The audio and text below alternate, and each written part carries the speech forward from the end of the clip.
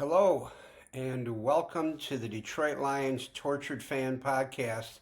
I'm your host, Barry Schumer, author of the book about the Lions. I don't believe it. We're good. The new Detroit Lions that you can get on Amazon and Barnes and Noble. Well, this is our fifth podcast at this point, and I'm going to start off today talking about Super Bowl 61 coming up this year at SoFi Stadium in Los Angeles. My wife's sister and brother-in-law live in Los Angeles, and I'll bet he could get me a ticket to the game if my Lions show up there, which we definitely have a chance, no question about it. The date of that game is February 14th, 2027, and it's the 61st Super Bowl. Interesting that it's being played on Valentine's Day, the day we celebrate love. So maybe all the love we have given to our Detroit Lions over the last 70 years will be rewarded with a nice Valentine Day present. Let's see. We can only hope, and we're going to know soon enough. So I want to talk a little bit today, before I give you my next three tortured fan moments in the series that we've begun, the first four podcasts. I want to talk about Coach Marty Mornhinweg. You guys remember him? He was back in the early 2000s, I think 2001, 2002, just a couple years. His record was 5-27, which gives him the distinction of being the most losing coach in Lions history, the worst record.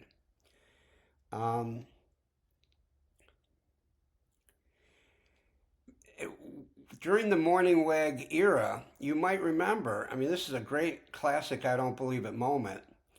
One of his coaches, I forget which position coach he was, but he was arrested for driving naked through a Wendy's drive-through window at night. He had no pants on. I guess the guy had a problem with alcohol, and they were sympathetic to that, gave him a chance, and I think he stayed on the staff. But talk about I don't believe it moments.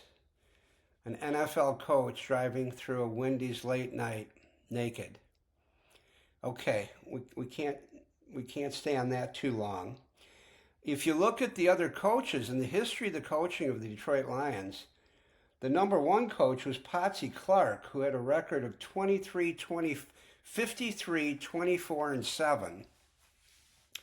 That is the best record, and he did, I believe, win one of the championships.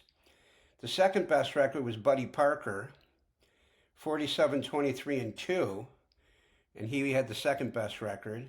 Third best record was Dutch Clark at 14 and 8. I'm leaving off the champion coach, I believe, from 57.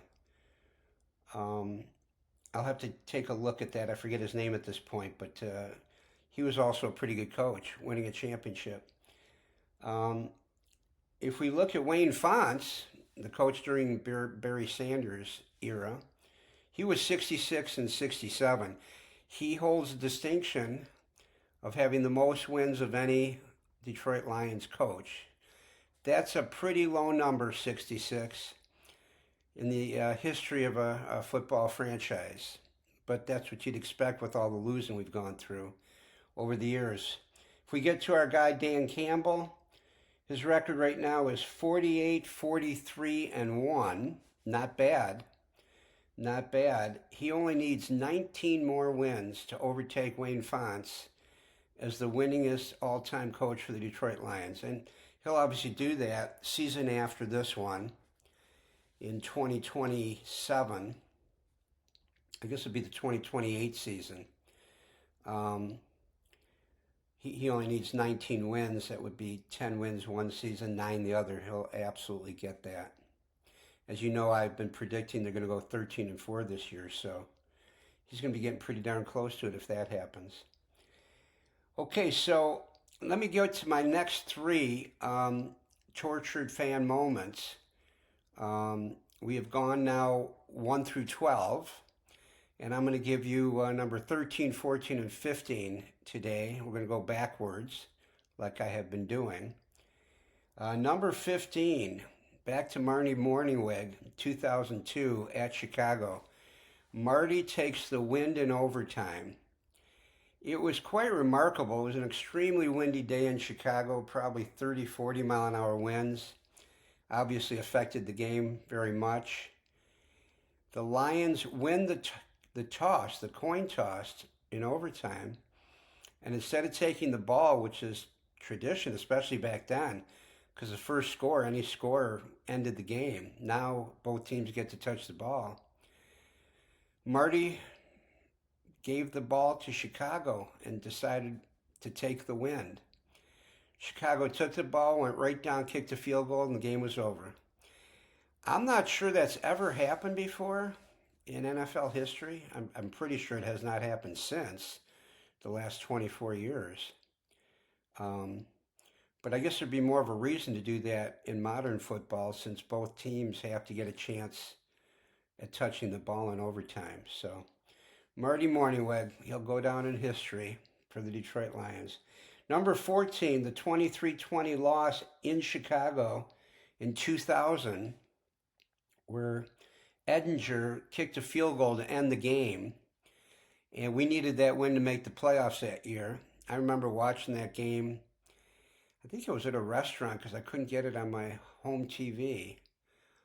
And just feeling sick that the season was over, no playoffs. And that was the end of that.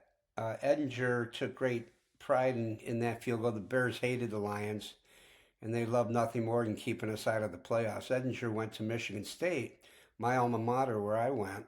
I was there in the late 70s when Magic Johnson was playing basketball. It was a fun time. And after that loss, the Lions management wasn't too happy. And that began the era of Matt Millen, which is probably going to go down as one of the worst general managers in not just football, but all of sports. My good buddy back in Detroit actually was friends with Millen. He says he's a very nice guy, but absolutely had no idea what he was doing as a general manager. He was a great football player. I believe he won 3 or 4 Super Bowls, I think with both Washington and San Francisco. But just a terrible record as general manager. Okay, so the 13th position I give to Justin Tucker kicking a 66-yard field goal against the Lions in 2021. That was at Ford Field in Detroit. I was at the game. We actually left early and heard the field goal. It was a record-setting field goal at the time and heard it on the radio going home.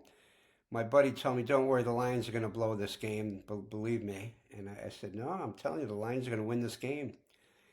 And he was right. That only stood up for a few years, that record. The current record is 68 yards by the Cam Little of the Jacksonville Jaguars. And he did that in 2025, I believe, against the Raiders. Cam Little also has kicked a 70-yarder, but that was in a preseason game, so it doesn't really count toward the record. And as you know, that record-setting field goal in 1970 by Tom Dempsey, the 63-yarder, the disabled man with half a foot, that stood up for years. I believe that stood up till Matt Prater, who was a Lion himself, kicked a 64-yarder sometime around 2018 maybe.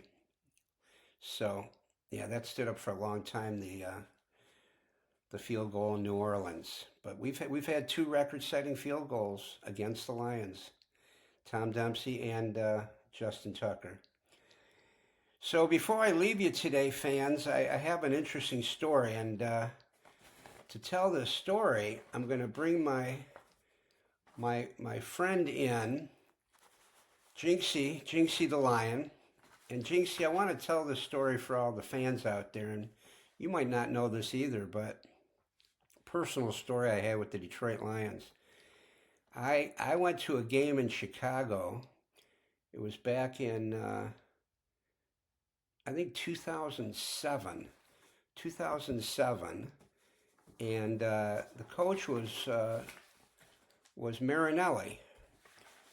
Coach Marinelli was the coach at the time, and I think we were 6-2 in 2007. He got up to a really good start, and I remember waiting outside the bus when it was coming into the stadium, the Lions bus, because I wanted to see some of the players, maybe shake some hands.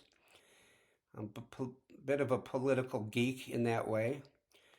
And Jinxie, I got to the only person that shook my hand that day was Coach Marinelli. None of the players shook my hand. They were very focused on about to go to war with the Chicago Bears. But Coach Marinelli was really, really nice, and he shook my hand. I never forgot that. There was only one problem, Jinxie. I might have been a jinx to the Lions at that point. Wait to hear this. After I shook Coach Marinelli's hand, he went 1-22 the next 23 games. So maybe we're both a bit of a jinx to the Lions. What do you think? Huh? Okay, well, there's the story time for today, Jinxie. And you go back in your corner here and you get ready for the preseason, the opening a training camp in a month. Well, that was an interesting story, meeting Coach Marinelli, and I appreciated him shaking hands. I also had the good fortune of shaking the hand of Coach Jim Schwartz, and his fortune wasn't a lot better. Very nice guy. And of course, my most famous Lion I've shaken hands with was Barry Sanders. I had the great fortune of meeting him after he retired. He was in a golf dome on a winter night. My two kids were with me. And I went over and said, "You're Barry Sanders, aren't you?" He had a baseball cap on, and he said, "Yeah," and he took his cap off, shook my hand. Kids came over. He could not have been nicer. He talked to me for 10, 15 minutes, gave both kids an autograph. I asked him, "Hey, Barry, I got a chance to meet Lawrence Taylor at a golf tournament. Biggest person I've ever seen.